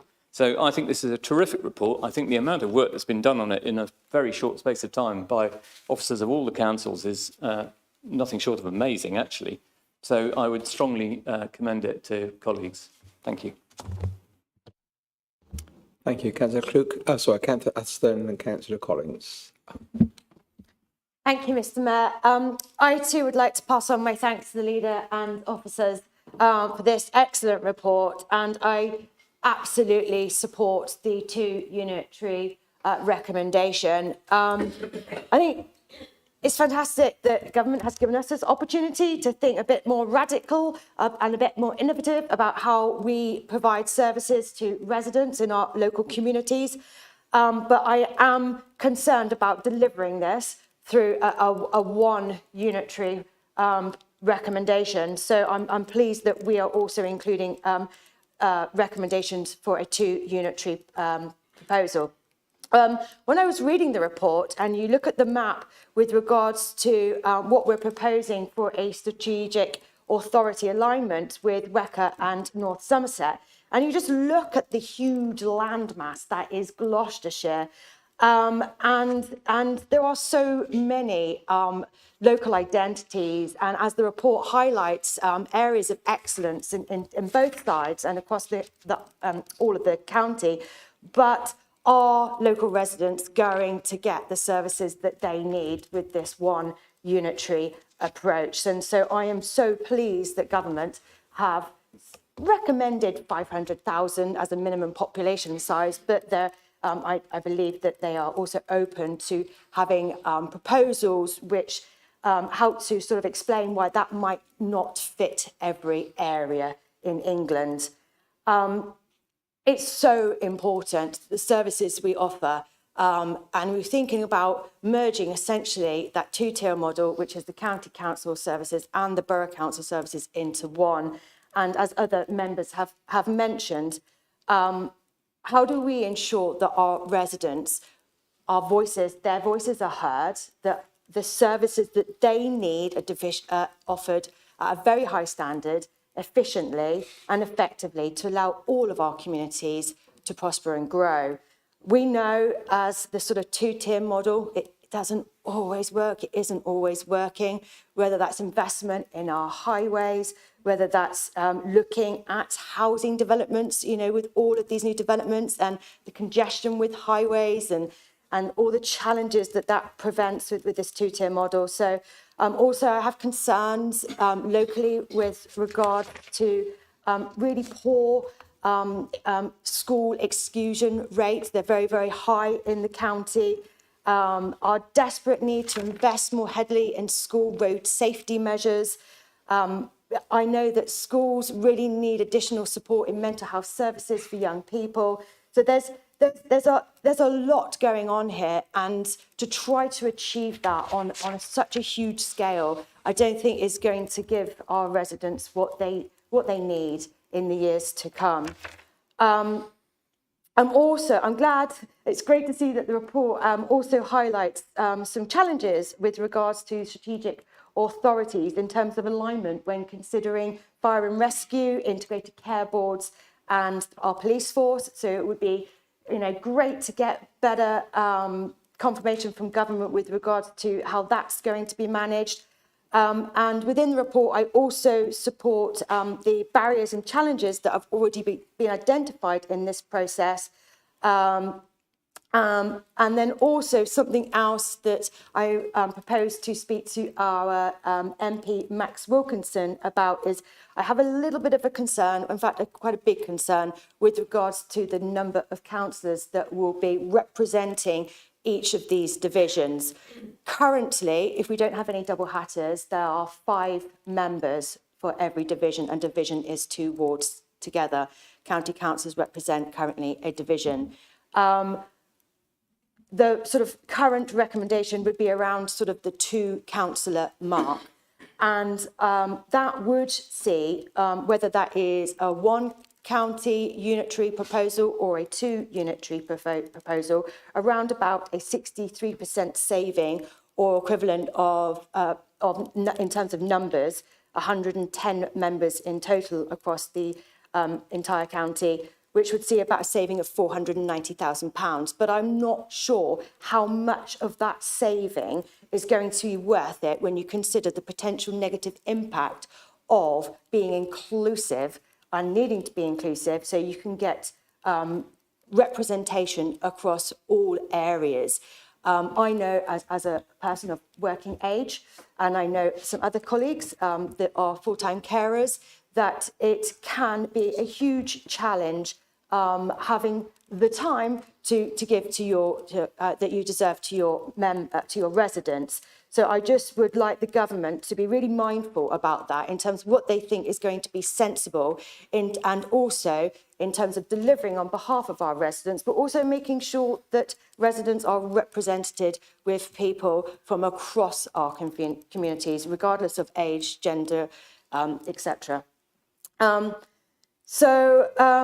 Finally, one thing I wanted to point out was the mention of looking at principal boundary areas and the potential for review there, because we all know there are some areas in Cheltenham that don't form part of Cheltenham's constituency, and I think having this opportunity to look at local government reform would give a perfect opportunity to address that, because I know from speaking to residents in those areas that place-based identity really does matter, and if we could fix that at the same time, that would be great. Thank you. Thank you. Councillor Collins. Yes, thank you, Mayor. I'll start off by saying I agree with just about everything that's already been said during the debate, but there are lots of things that I agree with. Mainly, the two unitary model suits us, I think, in Cheltenham the best. And the reason for that, there are many reasons, but two that stick out for me are localism and identity. Now, localism, that means the services that the authority will be delivering to the residents of the area, they have to be delivered in a way which is easy for them to access and actually deliver what they need. Now, Gloucestershire's a big old place, and I think the northernmost bit in my mind is Bredon, and the southernmost place is Wootton Under Edge. They're a long, long way apart, and you don't want people from either of those areas having to access services that are as far away as they could possibly be. I don't think that's a good way to deliver services. It's not the best way, and it's certainly not the cheapest way. The other thing, identity. I know it's covered in the report, but I'll just draw it out a little bit more. There are two big urbanisations in Gloucestershire currently, Gloucester and Cheltenham. They're both great. They deliver loads and loads of positive things, but they deliver completely different things as well. And I think that is so important that we don't stick them in the same pot and mix them up, and then some of that will be lost. Well, I think that would be really, really sad. We've got great, I'm a Cheltonian myself, we've got great things here in Cheltenham. I wouldn't want to lose or dilute any of those. And we talk about Cheltenham and what links we in Cheltenham have got with these other areas. We've got obvious links with, and history too, with both Tewkesbury and the Cotswolds. But let's think for a moment about what the Cotswolds and the Tewkesbury side of things have got in terms of links with Cheltenham. Well, if you cast your mind back to the last, it's already mentioned, the last local government reorganisation, Tewkesbury and Cirencester used to have, they were a parliamentary constituency. And the MP was the chain-smoking health minister, Nicholas Ridley, who, what a great advert that is. So maybe we won't go quite that far, but we've got links with them. And you know, my background is in sport, and I can always find an analogy to link things back to sport. In Cheltenham, there's an organisation called the Cheltenham Rugby Combination, and that includes all of the rugby clubs in Cheltenham. It also includes all of the rugby clubs in Tewkesbury and some of the rugby clubs in the Cotswolds as well. So we've already got those links, those strong links there. And I'm looking at Councillor Dave, sorry, Borodar and all that. I am sorry about Saturday. I'm going to formally apologise. But seriously, if we've already got sporting links and cultural links with those areas, we can build other links in as well. And I think it is the right thing to do. I'm not saying I don't like Gloucester or the other areas that we're talking about, but for me, Cheltenham, Tewkesbury and Cotswolds were natural bedfellows, and that's where my support would be anyway. Thank you. Councillor Davies. Thank you, Mayor. Devolution is taking up time up and down the country, and we generally feel that devolution is not the right way forward for local government. As people have already said, we're taking away powers from local people, but we feel it's making politics less accessible to people in a time when they're already feeling quite disengaged and like the political system isn't for them. But we are also very aware that opting out of devolution isn't an option under this government, and if we do not go willingly, then it will be kicking and screaming. And of course, we're aware that Cheltenham leadership have had to draft proposals in a really rapid turnaround, which has only been designated as a priority by Starmer's cabinet, a handful of people who may be ignoring other pressing national problems in order to crowd out smaller parties from participating in democratic decision-making. However, we do not think that it is necessary to rush through a decision as rapidly as we are. The initial white paper was only released in December, and we are only 3 months past that and talking about restructuring the whole of local government. We're aware that there is a deadline in place for the March 21st, and that is why this has been so rushed, but we wanted to reflect our dismay at the process. As well as this, we feel that there isn't a cohesive plan between all of the boroughs and districts currently, where GCC are proposing a plan for united Gloucestershire. It's important that when we're going forward to propose unitaries, we're on the same page as other boroughs as much as possible. Following this, if this is a look at how we would like to see devolution play out in our area, this would be a fantastic place to enact proportional representation within the voting structure of our unitary. It would be amazing to create a more accurate representation of what our residents actually want. Proportional representation is on record, incidentally, as something Lib Dems here supported from their motion of Monday the 17th of October 2022. I think that wards like St Paul's are likely to be neglected within a larger unitary authority, and I think we'd need to ensure as a priority that nuanced local needs are accounted for. So to reflect my disapproval of seismic management changes being brought in too rapidly for us to properly respond to, for now I will be abstaining from supporting devolution while the Cheltenham Green Group seeks to find longer-term mechanisms of effective democratic representation. The abstention acknowledges that we have to move towards devolution, but the lack of knowledge around what is the best option for our local communities. Thank you. Thank you, Councillor Clucas and Councillor Telford. Thank you, Mr. Mayor. Can I thank all colleagues who've spoken, because I think you have put on the table exactly what the situation is. Can I just say that today is a rather special day. It's the 17th of March. And the 17th of March, you obviously understand this, is St. Patrick's Day.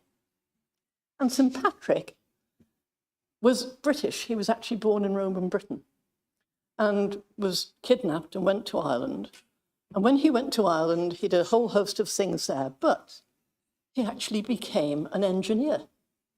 And as an engineer, he built churches and other things in Ireland. So today, he is the patron saint of engineers. So St. Patrick's Day, we celebrate our engineers too. And I look at those who have been responsible for bringing this report forward, and they are our engineers. Because what you are doing is actually taking something that has been suggested that won't work, a big unitary authority, and you're saying this can actually be broken into two. And by doing that, we can build on this. And by building on it, we will do a number of things. The first is it will become something that is relative, that relates to our communities. It's not going to be a million miles away in Gloucester or wherever. It will be here in our communities. And after all, they're paying for it. It will be workable in our communities. It will be somewhere where our residents will feel they have a voice that can be transmitted higher up. But it also means that it will be functional. It will work. And that's why I support the two unitary model. Because without it, if we are just going to have one massive whole county structure, how will our residents get their voices heard? They won't. Because it'll be, oh, well, they're over there. Yeah, well, let's not bother about them. Let's just do this, because this is what the county wants. No, voices have to be heard. And so when I look at all of you who are actually doing this at that level, the work you're doing, the amount of time you've spent on this, I regard you as the engineers for the new future of our county, for the new future of our town, and for our new unitary, because you are going to be the builders, the creators, the ones who come back, having done the work, and say, this is what we can do. And I hope that all of you who are actually engaged in this, whether just at our council level, or through the DCN, or through our county colleagues, will actually be in a position to bring this forward and to make it work, and to give our residents a voice across the county, and not simply be a voice that will be silenced. Thank you. Thank you, Councillor Telford and Councillor Foster. Thank you, Mr. Mayor.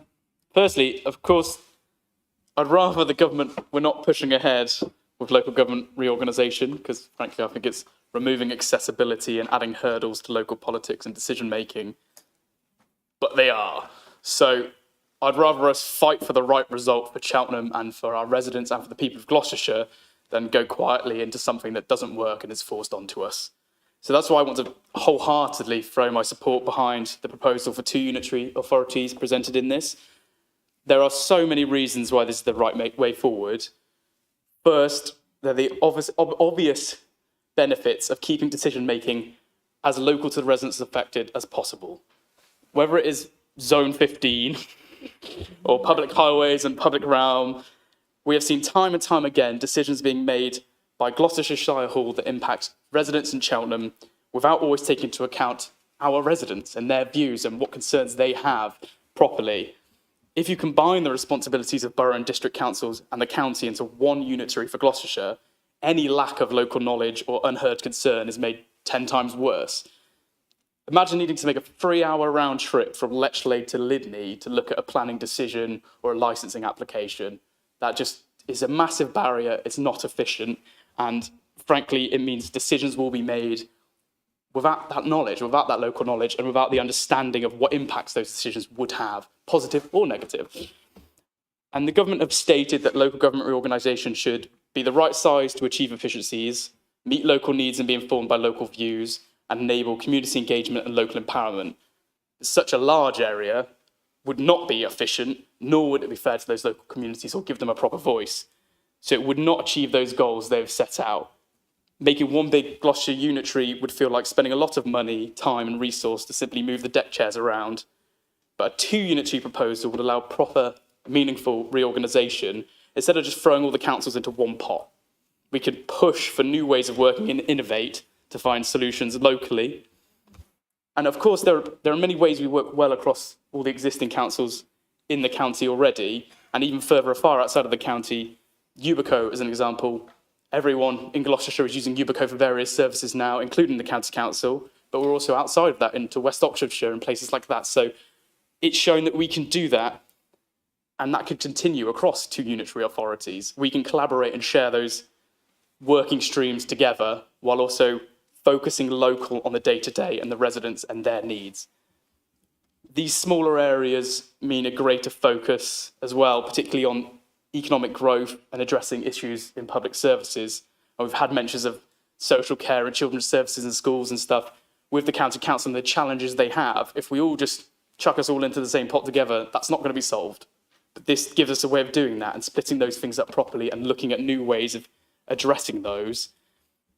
And the 2 unitary proposal clearly sets out some economic direction as well for an East and West Gloucestershire, or for a Gloucester, Stroud and Forest, and a Cheltenham, Tewkesbury and Cotswold, with cyber and green energy respectively, which both have huge future potential and direction for growth that, again, work together well across boundaries. And even though this is obviously the initial expression of interest, I think this proposal is very positive, and it sets out clear and achievable gains from reorganisation. Instead of this cliff edge for local decision-making that single unitary may offer, a 2 unitary can instead provide a brighter future. So I would like to also wholeheartedly support part of the proposal that puts these 2 unitary authorities and aims to join Gloucestershire into WECA, because I think for these larger devolution aims, we already have strong working and cultural links with Bristol, Bath, South Gloucestershire, which will help grow our long-term prosperity. And even go so far back to my now defunct film degree that I did at Uni of Gloucestershire, it's clear that just that, we have a really strong film production course at Uni of Gloucestershire, but a lot of those people, if they want a job, then go work in Bristol because that's where a lot of the film industry is. And that's just one tiny aspect of these cultural and working links that we have. And I think that's a really important thing to push for. So I would wholeheartedly support these proposals. If the government are dragging us into reorganisation, I think this is the right way forward to actually make a positive difference instead of removing all local decision making and leaving us worse off. Thank you. Thank you, Councillor Foster. Thank you. Firstly, I'd like to say that I fully support what Councillor Davis has just said. This proposal neatly parcels the county into two homogenous groups, but Gloucestershire is much more diverse than this suggests. When the Cathedral commissioned new gargoyles to represent the county regions, they installed 6, not 2, and each region has diverse and unequal districts within it. So maybe having one combined authority would be a chance to level up inequalities and heal divisions, as well as giving obvious financial and administrative benefits. But the main point I'd like to make is that it was unrealistic to send out a paper 92 pages long on a Friday afternoon and expect us to be able to really digest it by the Monday. I take on board fully Councillor Hayes' wish to bring it to the full council, and I thank her for that. But I feel that the short notice for us to read it could actually be described as undemocratic, regardless of what other counties do. Sorry, other councils do. Thank you, Councillor Wheeler, and then Councillor William. Yes, thank you for that. I was always very reluctant to embrace unitaries, and I'll tell you why. All the years I've been on this council, every year our member for finance has said it's going to be a difficult one, but we managed it. I don't know what's going to happen next year, and next year it was the same thing. We always got a balanced budget. We always managed to still keep our non-mandatory operations going, very rarely losing anything from frontline services. And we still managed to invest. We bought Sainsbury's when members who aren't opposite anymore criticised us badly because it wasn't, what happens if Sainsbury's leave the building, which I thought was a ridiculous answer. We bought Delta House and we were told, but it's A-rated, but it's not collecting the rent that that A-rated should collect. And yet, as I'm sort of told, we can't afford to move in there, even though this was supposed to be our new offices. Because we're making too much money and we can't afford to move in there. We have always kept a good, strong budget and we've invested in the council. The opposite of that, when I was on the county council, every year, yes, they managed to get a balanced budget, but they seemed to achieve it by selling off the rural estate. And I even made the comment at one budget meeting.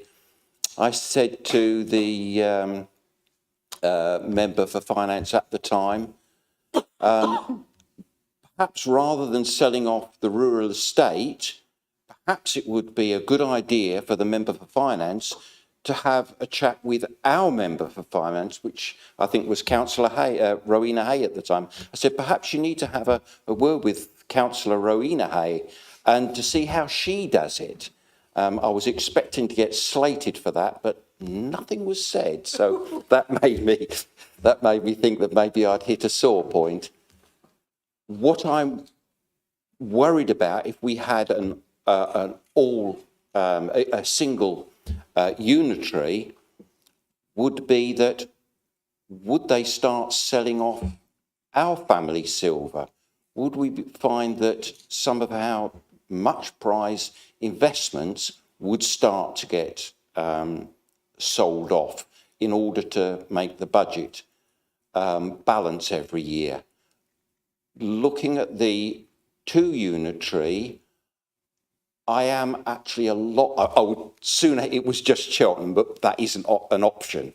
But with the 2 unitary, I do feel that I would be a lot more comfortable that Cheltenham and the other authorities brought in, we would have a bigger say in carrying on running the finances of that unitary a lot more soundly than simply selling off the family silver every year.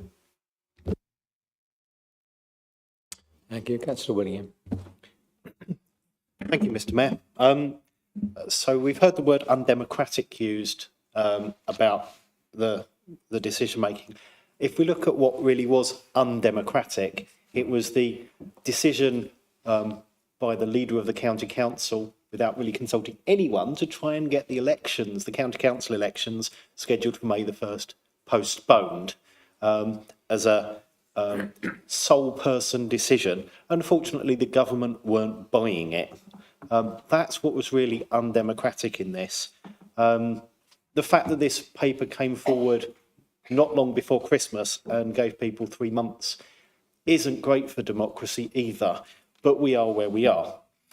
As someone that's sat on the county council, I go to Shire Hall quite a lot. And if you look at the gate streets, the North Gate, South Gate, East Gate and West Gate streets in Gloucester, you'll find that they've had quite a bit of investment. And you wonder whether that's because Shire Hall is on Westgate Street, and you wonder whether our High Street is being neglected because those decisions are being made in Shire Hall. We've already heard about people having to travel potentially from one side of the county to the other. At the weekend, I went down to Brockware to look at a couple of public rights of way for Commons and Rights of Way Committee held at Shire Hall this morning. I think I was the only councillor that did a site visit because they're currently not mandated. But I got to look around the Forest of Dean, and as people have said, it's not just different districts that have got different characteristics. It comes right down to different parishes. So my worry, if we go for a single unitary, is all power will be centralised in Gloucester, and Cheltenham will be left playing second fiddle. And the other larger conurbations, Cirencester, Tewkesbury, Bishop's Cleeve, will all be, and Stroud, thinking about it, will all be left out. And you've got there isn't really one centre in the Forest of Dean, but again, that will be, it will be left behind because if we went for just a single unitary. So I really do believe that having 2 unitaries will be something that is better in general for all of the people of Gloucestershire. It will not be without its challenges. If you look at indices of multiple deprivation, Gloucester City has a lot of areas of deprivation, but Cheltenham still has areas of deprivation. I represent one, which is parts of St Mark's, and the other is St Paul's. But outside of that, in the Forest of Dean, there's also deprivation, really severe deprivation statistically in Cinderford. But if you dig into those indices, you will find that areas like the Cotswolds are deprived on things like access to services, because there are just places that it's really difficult to access quickly. The other thing to say is, having been a councillor in Bristol, if you've looked at Bristol politics, Bristol had a single elected mayor pushed onto it, and that put too much power into the hands of one individual. We have the same situation with policing. Police and crime commissioners put too much power into one person's hands. And I would urge anyone to look at the current policing medium-term financial strategy, in which reserves are being decimated and borrowing is going up, because whoever gets that next is going to have a financial catastrophe to look at in terms of how we police the county. So I think where we would be cautious is, whilst we should definitely look at joining WECA, the way of having a single metro mayor without elected members on a combined authority does seem a little bit like a hostage to fortune. You are just concentrating too much power into one person's hands. And if you look at what Bristol did, they got so fed up with the mayor, they voted to get rid of them, which I think is a testament to how badly that worked. So, you know, I don't like what we're being offered, but we need to fight for the best that we can get for the people of Cheltenham and for the people of Gloucestershire. So I'm happy to support the report. Thank you. Thank you. I saw a hand go up over there. Was it Councillor Allen? Thank you, Councillor Allen. Thank you, Mayor. I just want to make an impassioned appeal to the Greens. I think I take the points that have been raised by the opposition on devolution plans, but I think there's so much that could be gained from our two parties working together to bring this forward for Cheltenham. I want to start from our commonalities, which are we are both parties that value inclusion, fairness and equality, and we're both parties that value democracy and the value of institutions that can help bring. And I take the points about having different regional identities and districts and working towards a settlement that works for that. But I think the beauty of politics is being able to find the pragmatic in the policy. And at the moment, we're faced with a situation that neither of our parties would agree would be, well, to be honest, tolerable. But we're finding a way that makes it work for Cheltenham. And not only just for Cheltenham, but for Gloucestershire. And to touch on the first point, building on Dr. David Willingham's points about deprivation, I think the economic arguments for two unitaries haven't been stressed enough. I think there's a great case to be made for managing efficiencies and managing costs, while at the same time still having fair parity between the two districts. There's often a case that's raised by several of those who would support a single unitary authority across Gloucestershire to say that this bi-unitary situation creates economic inequality. But actually, when we refer to the report and the situation that we've been presented, the economic inequality is relatively minimal. And that also has to account for the deprivation that we see in parts of Cheltenham and Gloucester, but also the ageing population that's going to come with the East Gloucestershire unitary, which will face its own problems in terms of employment and resourcing. But in terms of democracy, I think there is also a very strong case to say that we are working towards something that identifies districts, their identities, their sense of common purpose. And at the end of the day, we recognise that districts are constructions. Ultimately, Cheltenham is a construction. It's a construction of different areas which have different identities, but which have formed one singular identity. Likewise, this statement is a construction. We are building a Cheltenham and Cotswolds authority based on what we can perceive to be a common shared identity, which may have separate parts, but at the same time coheres into one. And so while we may say that there are different districts which have different identities, ultimately we can go into the minutiae of that. I think we should be very clear that we're trying to build something that can work for the broadest possible range of people with the broadest possible identity without stretching the limit to a point where it's untenable. So I take the point to the Greens, but I do invite them to come work with us on this deal for not only just the fact that this deal is a good deal in itself, but also because of our shared common interest as parties. Thank you. Thank you. I think we've given this a really good airing. Does anybody else want to speak before I call the leader to respond? Councillor Hay. Oh my goodness. I really enjoyed that a lot. It's not often that we get to sit and have something that ultimately none of us can effect a decision that is imposed upon us. I think, you know, there were so many good points made. you know, in an ideal world, I think, you know, you would have much, much smaller districts, but that's not the reality.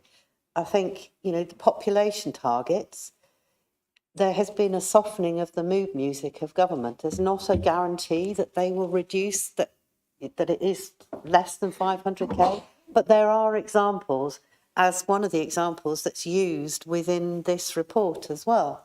And actually what Cumbria did. So the population targets is one that we can look to address.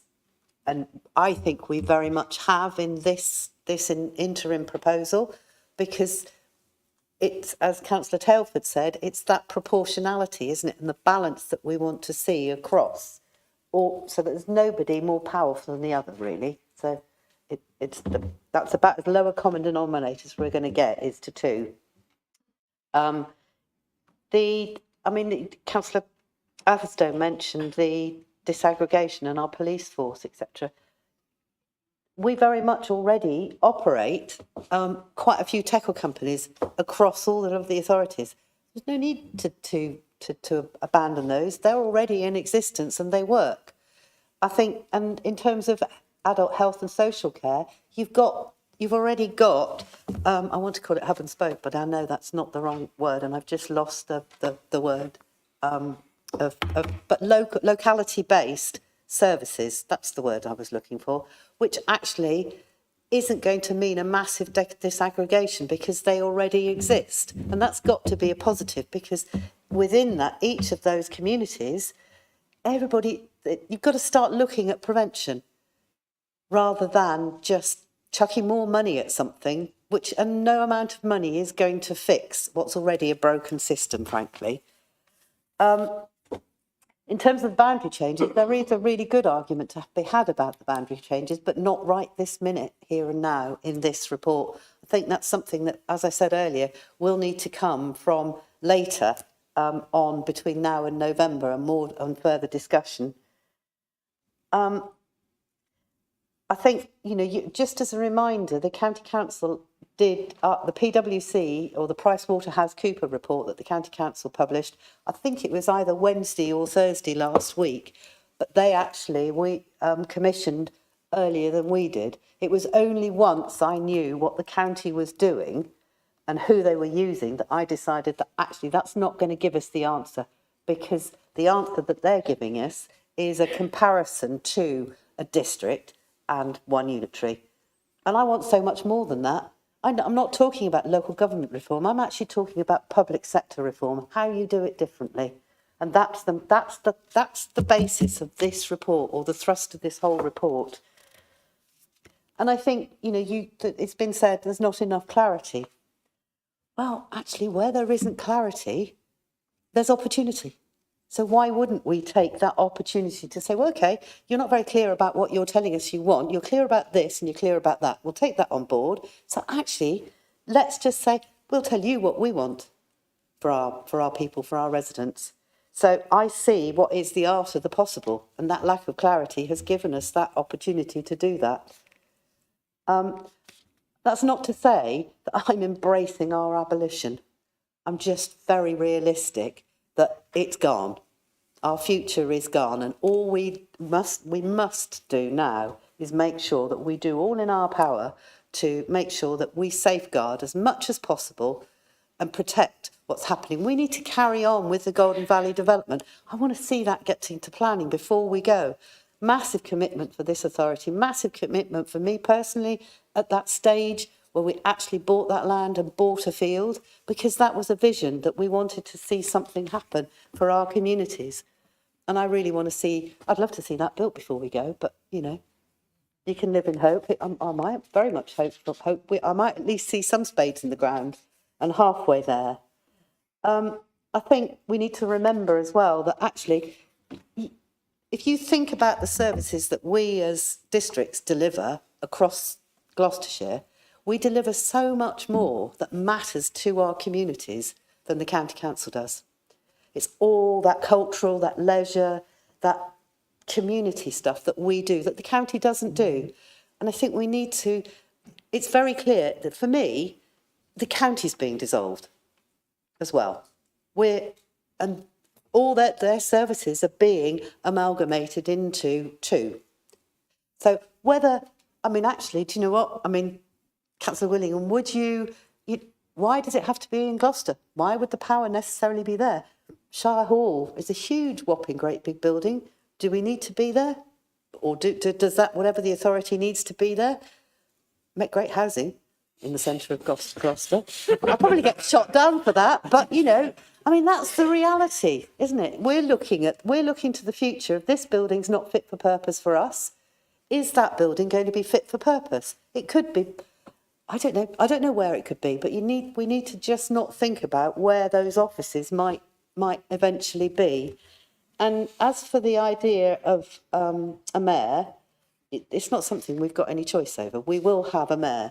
And I think when we're going back to looking at that disaggregation and that what mayors can do, and again, we should see that as an opportunity, because I talked earlier on about borrowing and the choices between borrowing and not borrowing. Is that actually with devolution comes actually quite a big price ticket that actually collectively we can use as a region, not just Gloucestershire, but as a region, that collective amount of money. I think Bristol has something like 30 million over a period of time. Don't quote me on that, but I'm pretty sure it's around those figures. They have a big budget. And if you think about the opportunities that potentially brings us, I do take your point about the decisions, and I know that the timelines are all very short, so I'm really addressing Ashley and you and Joy on this one. But I have spoken to all of the districts and shown them the initial slides that you were shown, because I'd rather we were in it together than separate. But what I absolutely categorically can't do, and I'm hoping that this council today will support me in that, is wait to be done to. That goes back to what it is. Their government is clear about what they're doing. There's no clarity, so we've given them some clarity. Let's see what they say to that. They might laugh in the face. I don't think they will, because actually we've really thought about it. And yes, it's been in a period of 4 weeks, but I'm really, really proud of what we've managed to do to pull together. And when I was at District Council Network meeting last week, conference, I was talking to quite a lot of district councillors, leaders, and we're one of the few that actually has had the boldness to actually say, we're going to go for it. We've got to do something. A lot of them are just putting in a piece of paper saying they've got expressing a preference. And the government have been really clear. They want a proper assessment that covers some of their priorities that were set out in the white paper. And I do believe that we've done that. And I'm really proud that we've done that. And I am sorry that it did only come to you on Friday night. I sat in a car on Friday morning at 9 o'clock, freezing cold, because there was no Wi-Fi in the hotel to sign that off. I was looking at it at 9 o'clock at night, like the officers. So I don't believe that I've not been democratic about this. Is not that we've failed democratically in this process, because actually we've had a number of conversations around this. You have been briefed, and this is only an interim report. So I am disappointed that you can't support it. I have to say that, because I think it's a good proposal that covers a lot. And I know the Stroud leader, that's her direction of travel, very much a preference, that we as district leaders have all signed up to that letter. Oh, no, not quite. Most of us. Only one hasn't signed the letter that will be sent to the minister by us as districts to say that our preferred option is to go to WECA.